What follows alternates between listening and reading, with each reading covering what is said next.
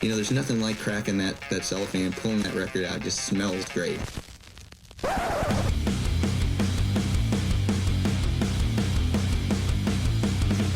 Welcome to BODS Mayhem Hour. Non-stop hardcore energy. I love the show, guys. You're awesome. Unlike any other. With your host, John the Bod, a.k.a.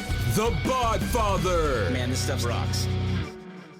Hey, everybody. This is the Demolition Man from Venom Inc., and you're listening to BODS Mayhem Hour.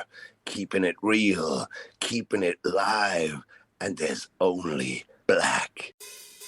The views and opinions of the guests do not necessarily reflect the views and opinions of BODS Mayhem Hour, its staff, affiliates, or sponsors. Parental discretion is advised. Welcome to BODS Mayhem Hour.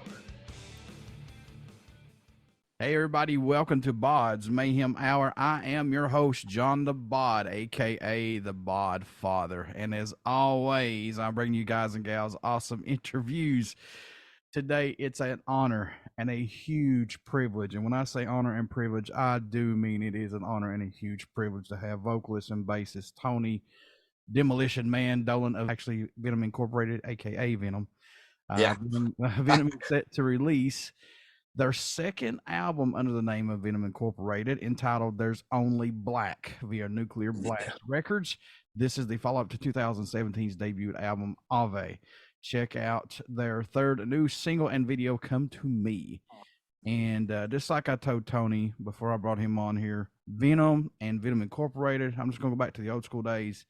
They made an impact on me so much, just like Metallica did. And thank you guys for being, you know, another forefathers of the thrash metal and you know, kind of death metal type deal.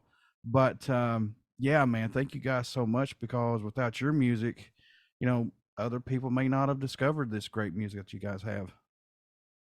Well, thank you so much. I mean, what a roll up. Thank you so much, John. And hi, everybody. And yeah, it means a lot. And I think, the ball was going to start somewhere.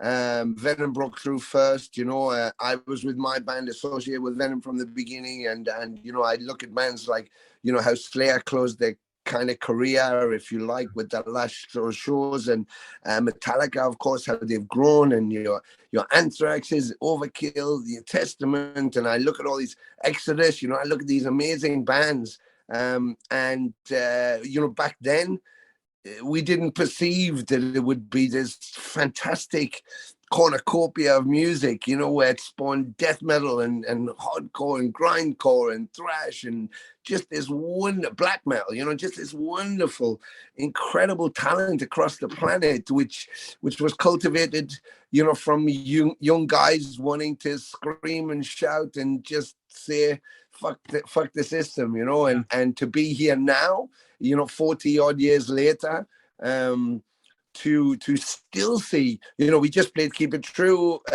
last weekend to 2,500 people, where we played the full Hammersmith show from 1984, and you would assume you'd have a lot of 60 or 50-year-old guys and girls there, but there was young kids there just going, we never thought we'd ever experience something like this. And then the old God all going, oh my God, I felt like I was 16 again. And that's what our music is about, and that's what it is about. It's about, we still have that anarchy inside. It doesn't matter how old we get or, what we do for a living. We still have that inner us that wants to scream, fuck you to the whole system. And that's what's beautiful about it. Does it shock you, though, Tony, or not so much, that your guys' music is still making an impact 40 years, till now? I mean, does it still, kind of shock you, or no? Because people are gravitating towards this. Well, I think it's cyclic, as myself and Mantas always say, things go in cycles, and every evolution, there's another revolution, and an evolution comes from revolution, and it gets to a point where the younger people, they want to revolt too in their own way, and from the 70s into the 80s, you get a Sex Pistols, then you get a Venom, and then you get the black metal surge into the 90s. So you get that cultivation, and each generation wants to have their own scream out. So to be able to have the honor and the privilege to still be doing it to still be pleasing people and to be inspiring younger people to go, shit, I didn't know it could be as fun as that, and wanting to then do their thing. Yeah, it's just an honor, less of a surprise, more of an honor, you know. When we played Alcatraz, the full black metal album, for the first time ever. It was never played in full back in the day. We played songs that Venom had never played.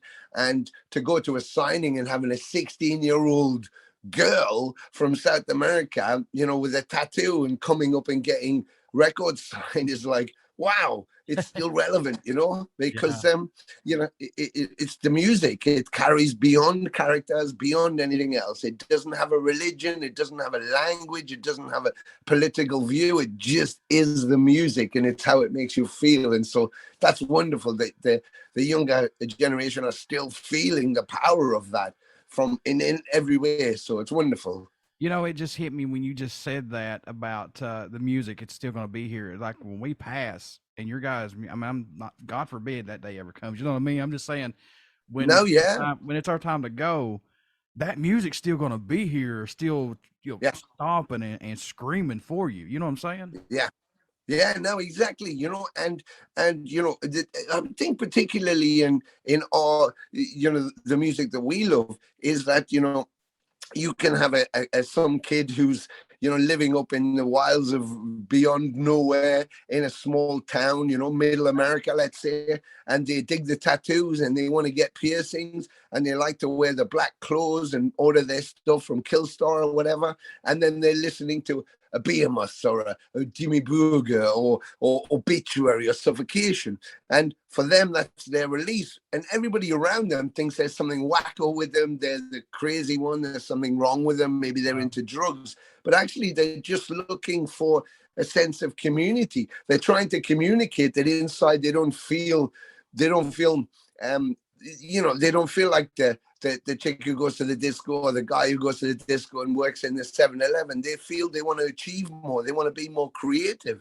And I think that the beauty of our music is, from what you do on your podcast, you know, and from what we do with our shows, is we bring those people together. So you may feel isolated. You may feel there's just you who is this strange outcast.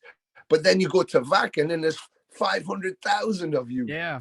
All the same. We're all together, you know, and that's what's so wonderful. 2 minutes on the internet, and all of a sudden you're in your own community where everybody feels the same as you. It's a beautiful thing. And I'm in Eastern Kentucky with a mohawk. And Eastern Kentucky. Well, there you go. You know, I'm just to the point where I don't give a fuck. That's it. Yeah, I think that's it, Jay. It's, you know, it's the whole point of what we do is like, you know, you can't, everybody can play every song. Any musician can play any show, any song of another band, you know, depending on their talent, level of talent, of course. But when you play with the meaning, when it means something to you, the audience gets that. And everything we do, we give 110%. We throw it down on stage. It's real. It's us. There's no bullshit. There's no money. If we didn't get paid for these shows, we'd still be doing them. If we couldn't go on a Learjet, we'd still swim. I'd still get to the show, because if there's 1 million people at the show, 10,000 people at the show, or 2 people at the show, am I still going to perform like I'm closing Vac-in? Fucking right I am. Because that's what it's about, that energy and that communication.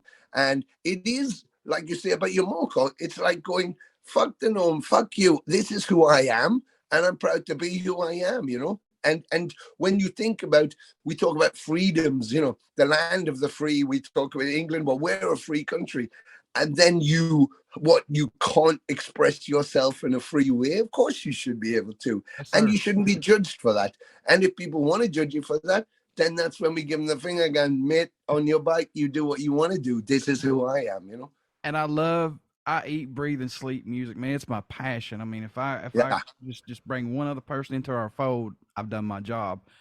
But it's like I tell everybody, don't think that you ever don't belong or you're an outcast, because you're not. Because you can grab on to any type of style of music. I don't care if it's rap. I don't care if it's bluegrass. I don't care if it's country. If that's your niche and that's what makes you feel good and you're accepted, you know, that's the point. And you guys being a musician, man, and I'm sure you realize this by now, we consider your music as like, you know, our friends. We consider you guys as friends. You know, we, even though you guys don't know us from the hologram, but it's just like, you know, we consider friends family because we gravitated to that music, and we felt accepted from you. You know what I'm saying? Yes, I think that's right. That's absolutely right. That's my whole angle. Everything you just said there in the most beautiful way, Jay, sums up the whole thing for me. It's friends, it's family. I talk to everybody on social media, and some people go, "Why do you do that? Doesn't it get on your tits?" Because it takes so much. And I said, "No, because it doesn't say people I might know or people I might seen at the show on Facebook. It says friends. So if I go, you're on my friends list, then that's because that's the way I feel. You're there for a reason. So of course I'm going to talk to you and share about you. Everybody has a story, and everybody has a meaning from the music you do and from what you do. And it takes 2 minutes to hear someone's story and to actually communicate with them beyond, and to hear their meaning. Or it's like when we be on tour or something, and I'd spend like an hour after the show talking to people. People go, "Aren't you tired?" And I go, yeah, I'm real tired. I'm real sweaty, and I really just want to get a shower and have a rest and maybe some food.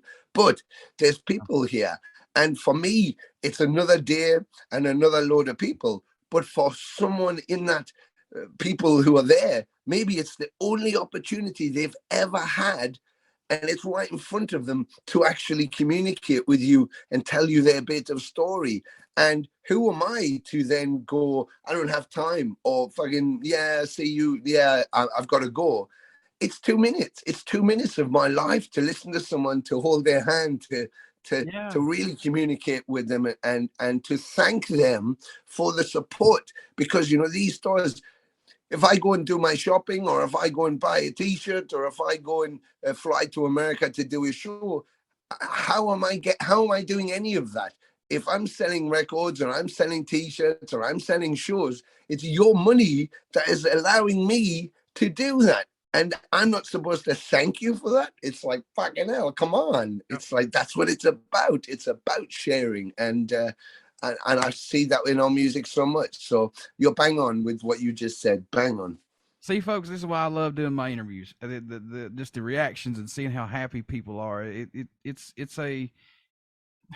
a love, folks. You just got to understand it. It's just a love for it. So, Welcome to Hell was released in December of 1981, Tony, and Black Metal was released in November of 1982. How crucial were these two albums for Venom, and these are very iconic albums in the black music history, man. How crucial was these at this point, you think? I think that every bands usually release an album, and then later in their career, maybe the third album or fourth, they'll hit an apex, Slayer, Rain and Blood, or Metallica, Master of Puppets, or, Motorhead, No Sleep Till Hammersmith, or, there's an apex moment where you go, wow, we couldn't be more perfect than that. That is everything that we were, trying to hit. But I think for Venom, there wasn't anything as ugly and as chaotic and as blasphemous as Welcome to Hell. The production was bad. The playing was sloppy. The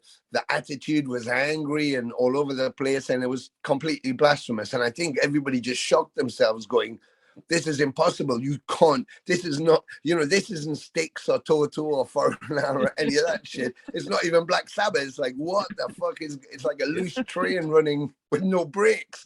And then to follow that up with black metal, which was self-titled to describe their music, because Venom didn't consider themselves heavy metal. They weren't hard rock, soft, or they were all of the terms that were used at that particular point. Venom didn't identify with, and they were in an interview with Kerrang magazine, and the guy was interviewing them, and they said, "Well, so you guys, your brand of heavy metal." They said, "We're not heavy metal." They said, "Well, what are you?" And they picked up the Kerrang cover, it had John Bon Jovi on the front. They said, "Well, if that's what you call heavy metal, that's fucking not what we are. So we're black metal." And that was it. It was like, that's what we are. The genre black metal is very different, very progressive, more orchestral, more kind of Wagner meets, I don't know who, and it's more from what Bathory was doing, I think, in an audio way. but the whole idea of black metal being the anti-movement to, you know, the norm, the commerciality of what was being classed as heavy metal.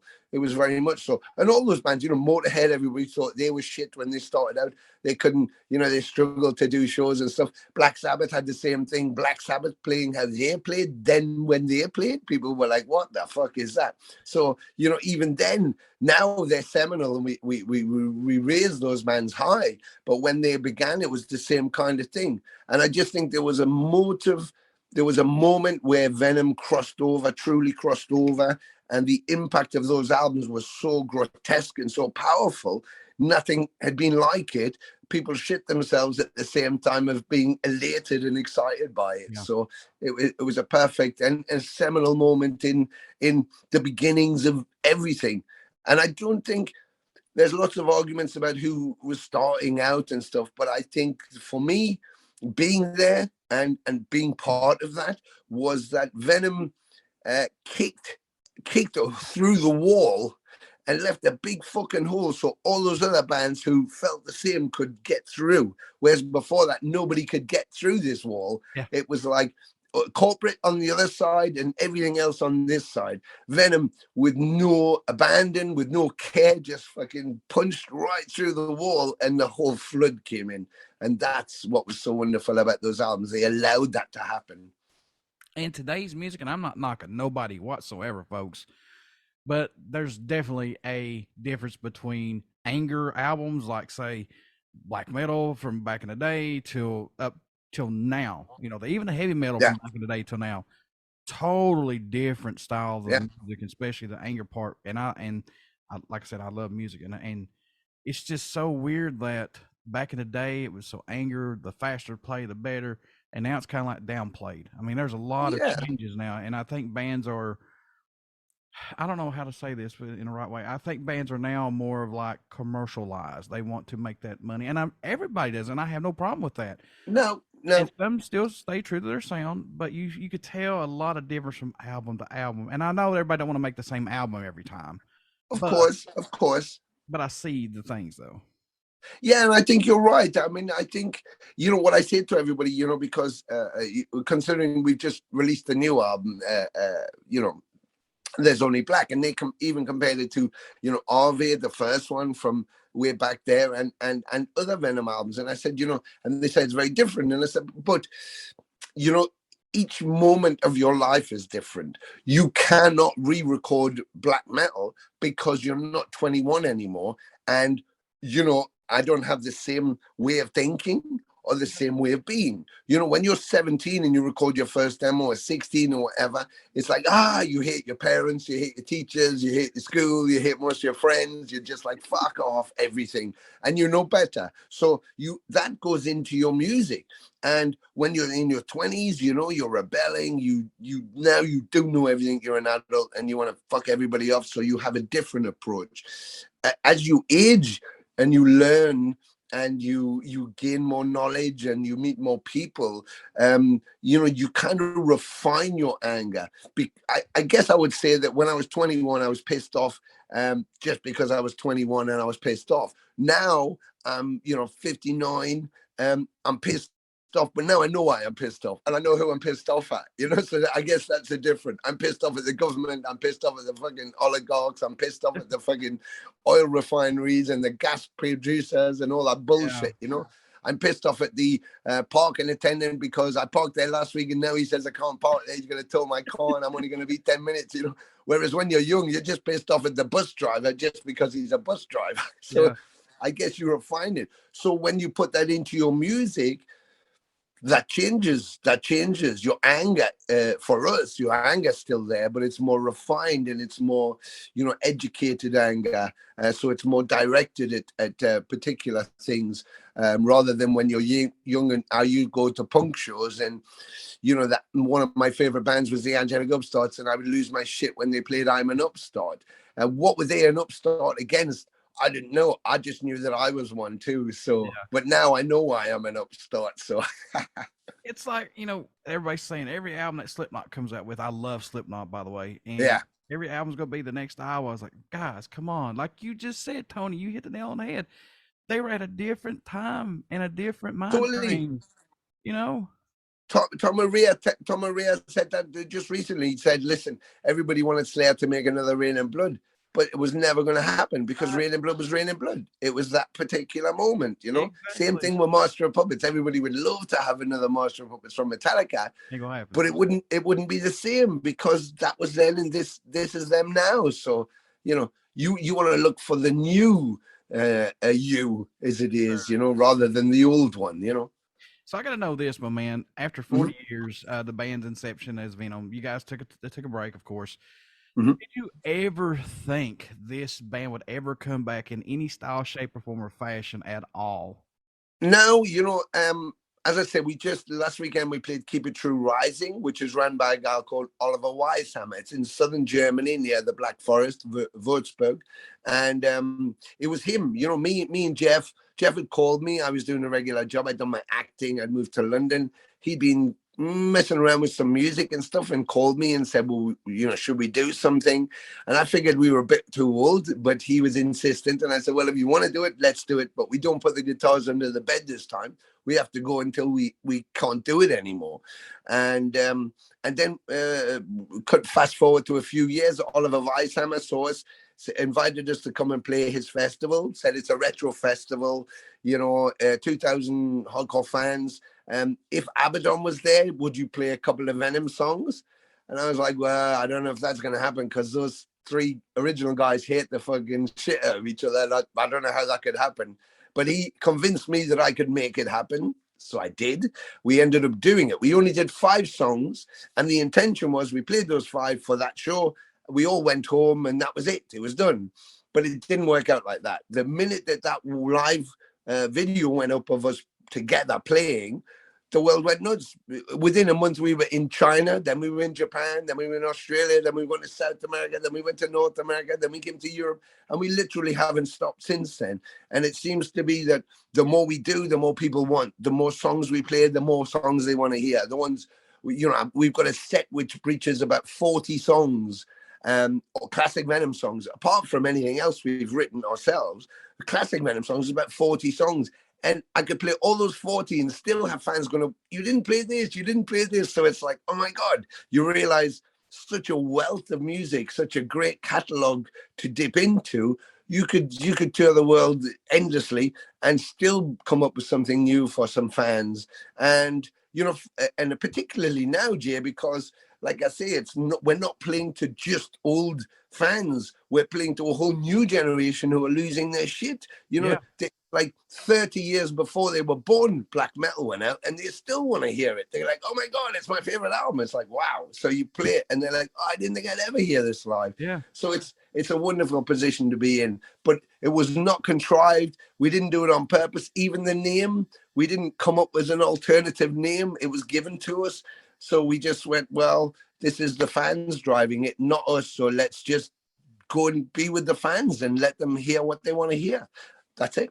And I tell you, man, Come to Me sounds so good. I mean, you guys haven't lost anything. That's the thing about it, because you look at these bands who have reunited, and you can tell the difference. You know. Yeah. But there's no rust. I mean, I'm sure there was the rust, but I mean, to me, there's nothing changed. It's good still.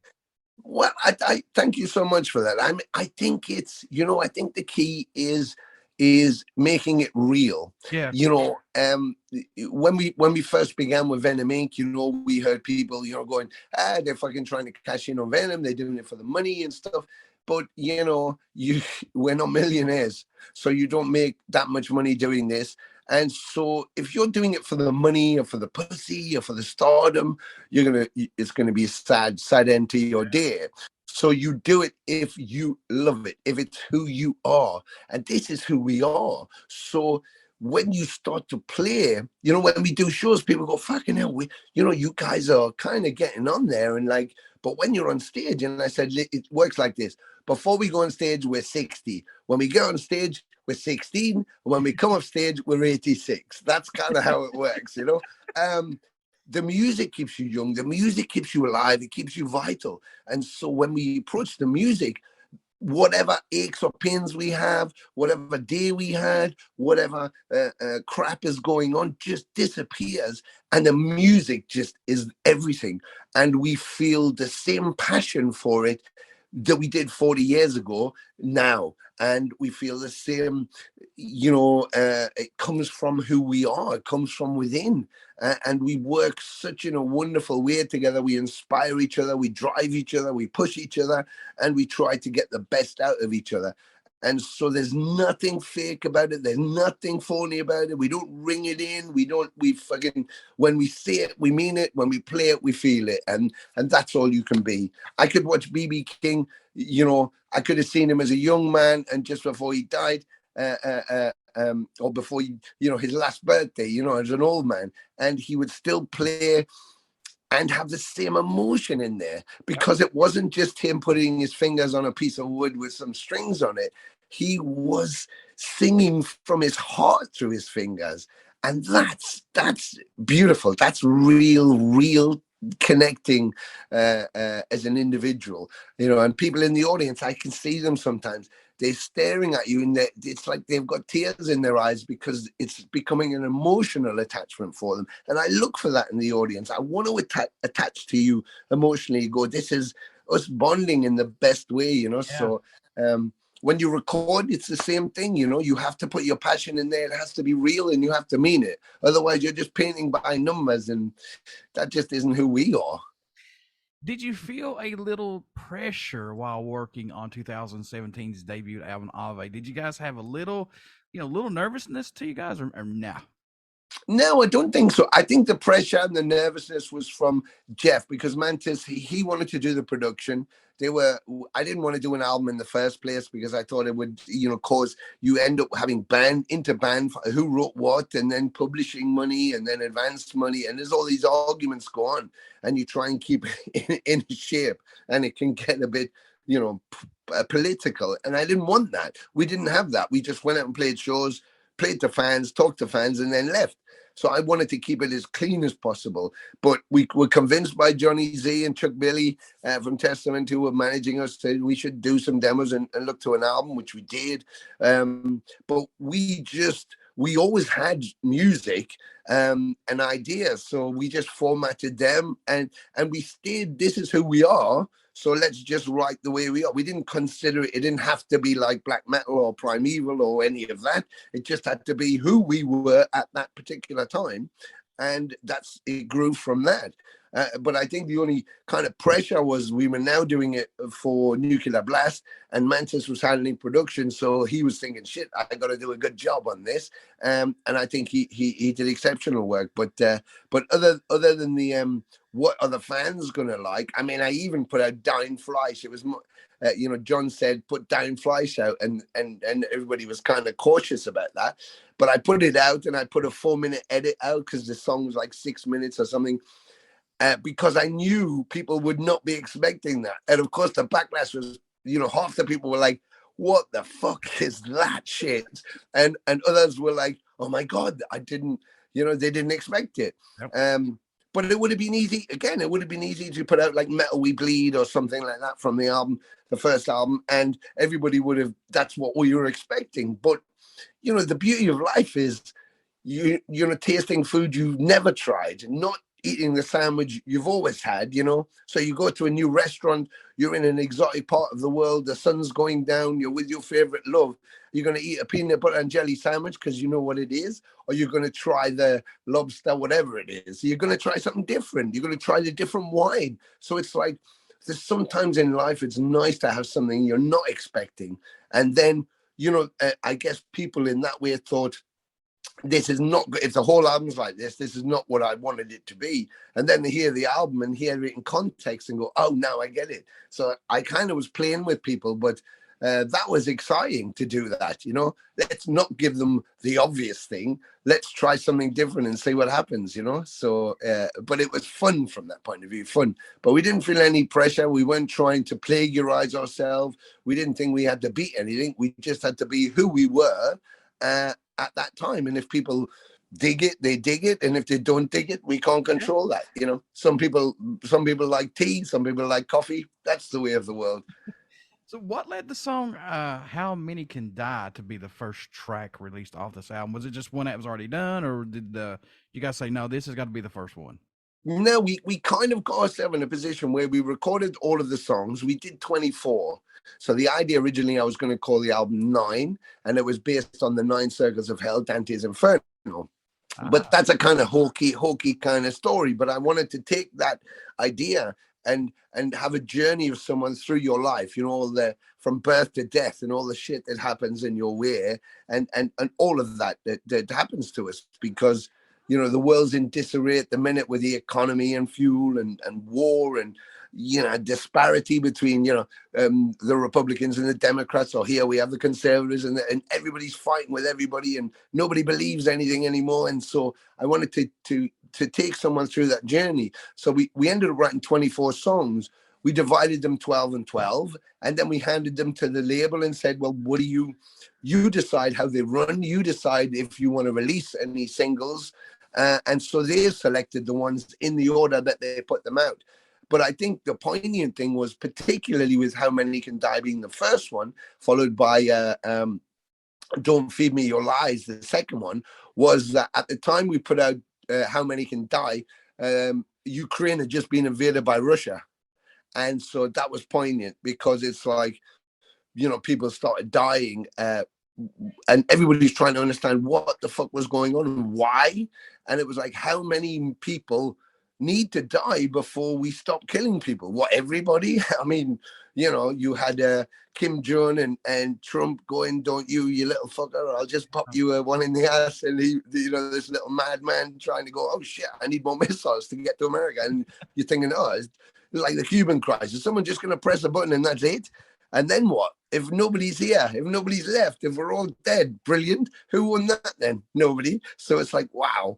And then Don't Feed Me Your Lies we put out just when our Boris Johnson, our lovely Boris Johnson, had just locked everybody in their houses during pandemic and then was having fucking parties and then said, I wasn't having any parties. Okay, there was a party, but I didn't have anything to drink. Okay, there was a party. I did have something to drink, but I didn't know it was a party. Okay, there was a party. I did have something to drink. I didn't know it was a party, but so what? And you're like, you fucking lying piece of shit. Yeah. So, you know, the impact of those was just perfectly timed, I guess. And people gravitated towards what was happening in there. But I think that's it about the album. There's a lot of tracks on there that you first listen, you think they're just like this.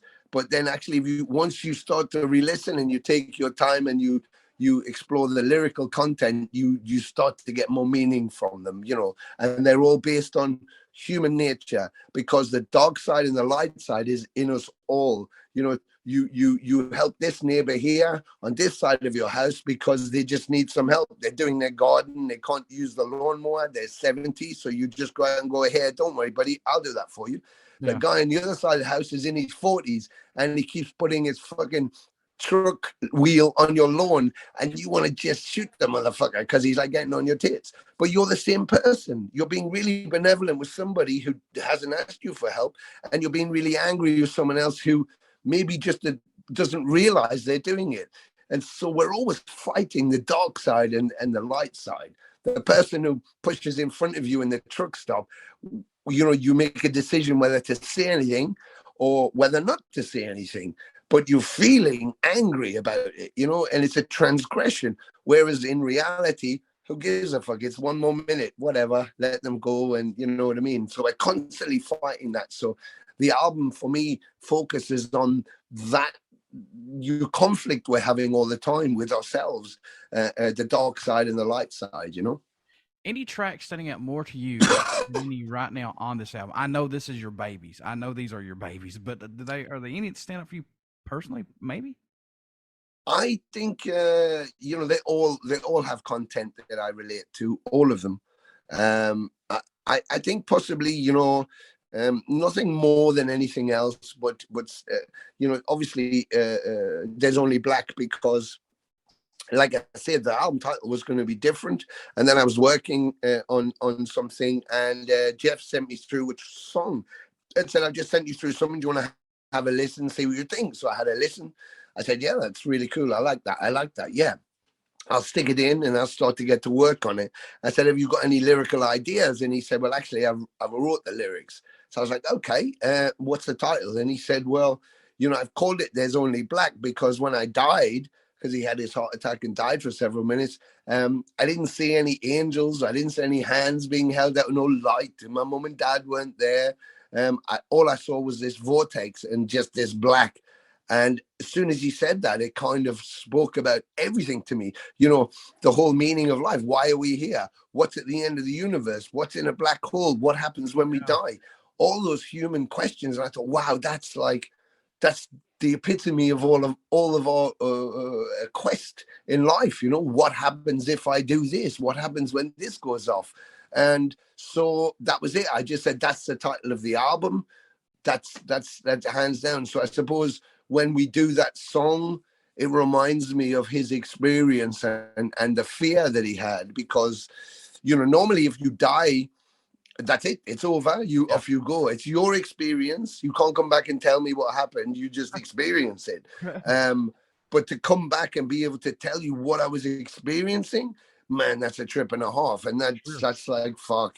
How do you talk to someone about that? You go to me, I was riding my bike and I went up this side or I fell off the roof. I was doing my shingles and I broke my leg. And you can tell me all your experiences and I can relate to them in some way. I have never broke my leg, but I have broke my finger. I never climbed on the roof, but I did climb down but death, you can't discuss it with someone unless you died. And most people who die don't come back. So that's like, wow. So it just felt heavy. And I didn't put the logo on the album because it didn't fit. I saw that font that's on the album for the name. I saw it in a gravestone in a place called Highgate Cemetery in North London, which is quite famous cemetery, has lots of famous people there and has a vampire cult that meets there every year. And I was walking through the graveyard and I saw that font and I saw that with the black hole and just went, that's the meaning right there. The afterlife. What's next? What is the light? Is there any light? What do you find? And I used it on the front to kind of invite people, come in and see what you find. So we still use the logo's inside, but on the front, it was a theme that seemed to fit very well. That's so awesome. I love hearing those stories like that, man. The backstories of how this created, because it's like from infancy to adulthood to to going out there and spreading the wings and go. I love hearing that stories. Brilliant. Any tracks? I know you said there was 24 that was made, 24 Yeah. songs. Those songs that didn't make this album, are they going to be restored maybe and for the other album? Okay, good deal. Yeah, part two. Well, I mean, the initial idea was part one and part two. I mean, now I'm playing with the idea that the first 4 singles only went out digitally, and of course they're off the album. So what I might do is release them as 7-inch singles, and the B-sides will have 4 fresh tracks. So each one will have a different track on that isn't on the album. So it'll be kind of a collector's thing, like maybe a colored 7-inch, would be cool. Take us back in the day so we feel like young again. Have one of you guys sign each one of them, something like that? Yeah, exactly. So you get to collect them all, a bit like the Warhead singles, if you remember Warhead.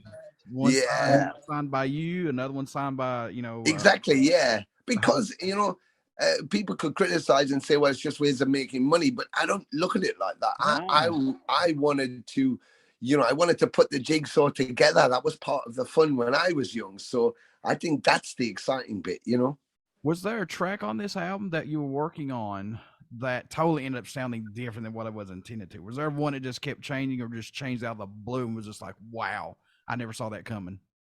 Well, no. I mean, not in so much as, when Jeremy was doing the drums, his remit, his note for his performance was just feel it. Just feel it. So we didn't know what he was going to produce, but it was however he felt. And the same thing for Jeff. When I sent my songs to Jeff, come to me, I sent him the riff, I sent him the structure, I sent him the song, and he just recorded in his style. So, you start to hear it in a very different way than the demos. But I think we kind of knew what was going to come out on each song. So it was just the final production of it. But I think that, for me, I allow, Jeff will write a load of riffs record them all, and then he'll pull bits out and kind of put them together, see what works and stuff. And I work in a very different way. I just put the guitar on and I let it come to me. Whatever it is comes, and I just let my fingers work. And if I start to like that, I keep it. Then I add to it. When I have the completed thing, I don't pre-write any lyrics. I just play the music, and then the lyrics, the music tells me what it wants to say. And most of the time, the music tells me what the title is.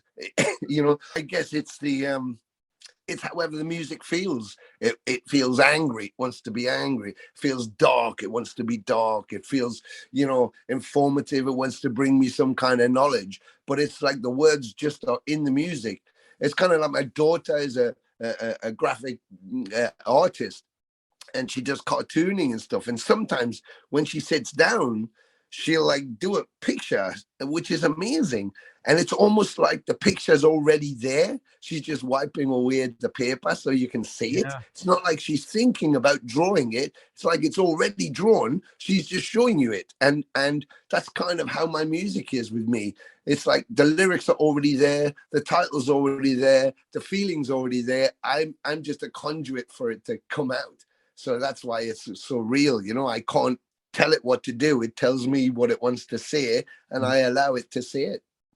So I got to know this for sure, though. You guys have been doing this forever, for 40 years, man. Venom Inc.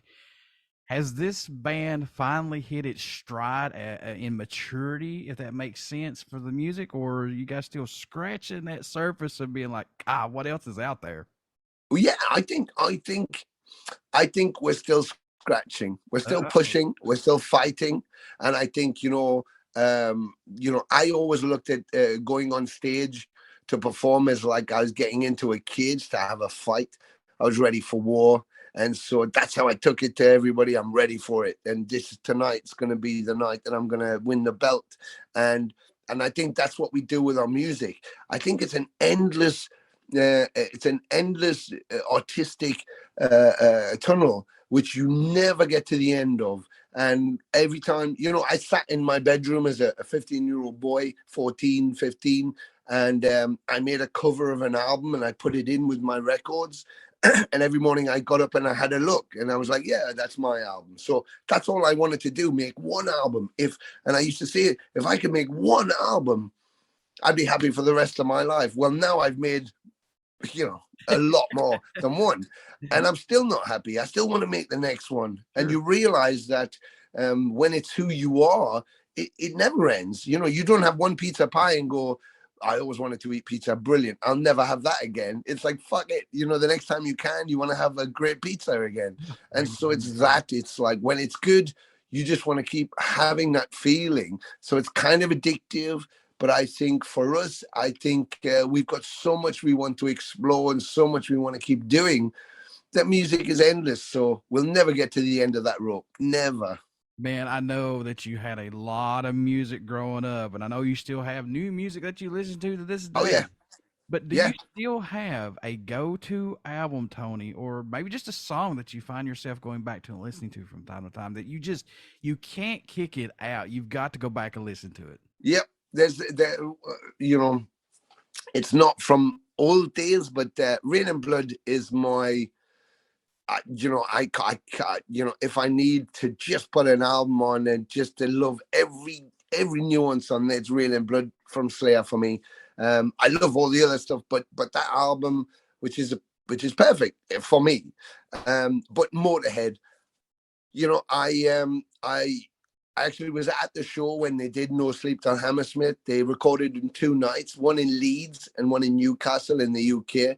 And I was in the Newcastle show. So when you hear the audience, like I'm one of those. So I always tell people, yeah, that was the first album I ever made, No Sleep Till Hammersmith, because I'm in the audience. But, there was a moment where 78, I think, where I heard the opening chords of Motorhead, Lemmy playing them, and that moment, that rumble, that bass sound, that rhythm he played, just like it lights me up. It lights me up, and I can listen to a live version. But the minute I hear him strike those first chords, is like whoa, whoa, and that's it. So that's my go-to. If I need anything, I'll go to original Motorhead. Obviously Ace of Spades if I can, but Overkill, the Overkill album, and I'll just put that on when I listen to Damage Case and I'll Be Your Sister, and wow, I mean, that's it. It just makes me feel right. Everything's possible. Everything's possible. So yeah, and if I want to feel, if I want to feel inspired and good about what we're doing, I'll listen to Rain and Blood, because it's like wow, it just makes you feel alive for me anyway. Yeah. I tell you what's crazy is you hear Motorhead, they're fast, and Lemmy's out there, speaking and just telling like it is, and then you listen to a track called "Don't Talk to." What was it? "Don't Lie to Me" or "Don't Talk to Me" or something. Oh yeah, yeah. And it's so slow, and you're like, "Whoa." Yeah. Totally not like Motorhead, but God, that song is so powerful. "Don't talk to me, I don't believe a word." I don't believe a word. Yeah, exactly. That is. I mean, I think that was one of the themes. Lemmy had so many transgressions. So,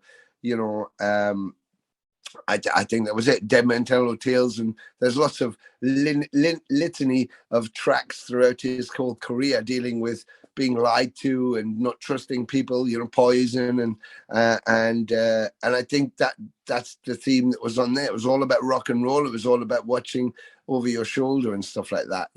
So I think again his approach. Just in some ways one-dimensional on a vocal theme, but you liked his voice, you didn't like his voice, but he was genuine, 100% genuine, and so his lyrics dealing with who he was, and I think that's what I liked about it. I mean, it just felt real, it just felt real, whether he was doing it slow or whatever. I mean, there was the Tammy Wynette stuff with Plasmatics with Wendy and stuff like that was a bit, which made Eddie go, okay, it's time for me to go. But even still, stand by your man, why not? Yeah. All right, I got to know this, man. How was performing at Alcatraz? Because I want to go there and investigate that place, because I'm a paranormal investigator. Okay.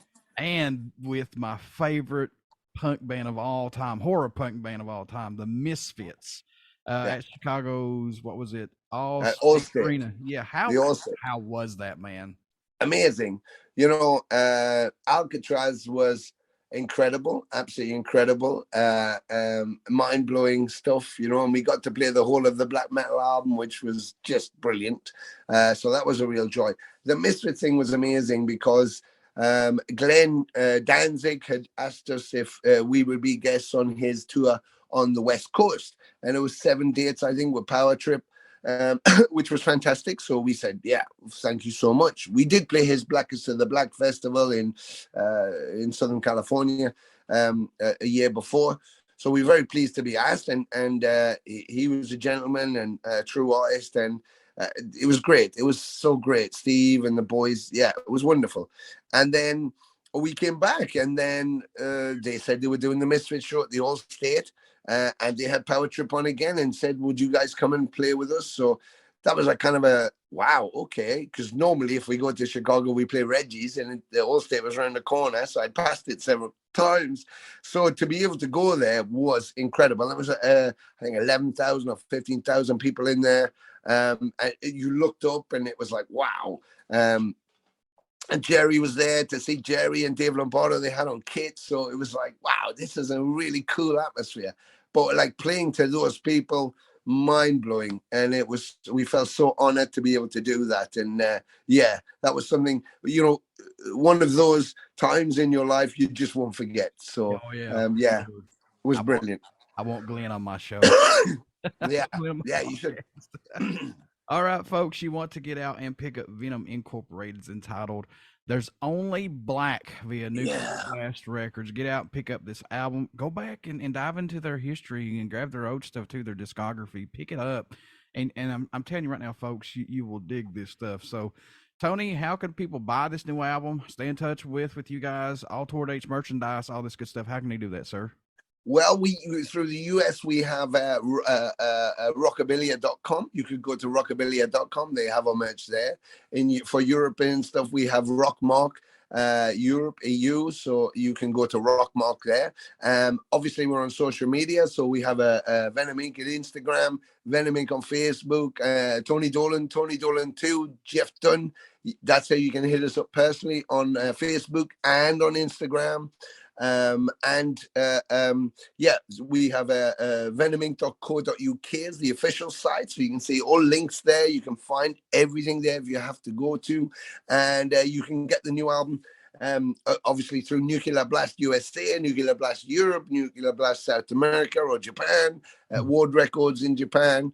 And there's all those outlets. It's streaming on Spotify, Deezer, Amazon, iTunes, and you can purchase from Amazon, or Barnes and Noble even have the album. Barnes and Noble, come on! So you can just go to your local store and you can order it from anywhere. So, but go get it, have a listen, see what you think.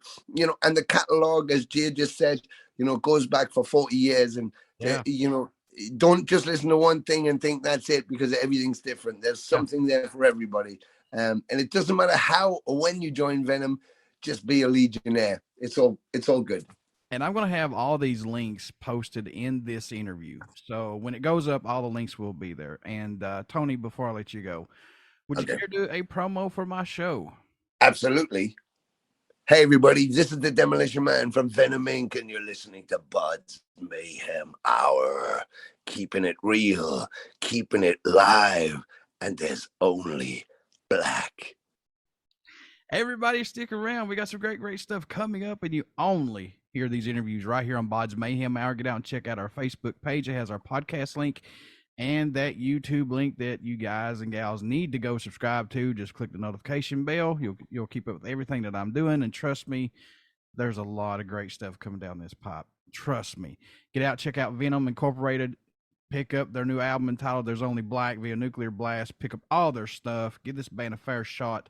You will not be disappointed. Tony, again, thank you guys so much for your music for all these years. And, hey, keep doing what you're doing, my man.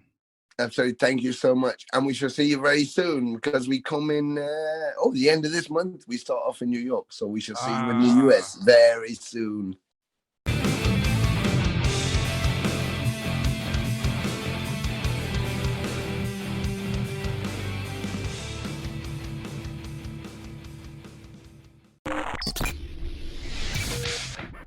You're listening to BODS Mayhem Hour.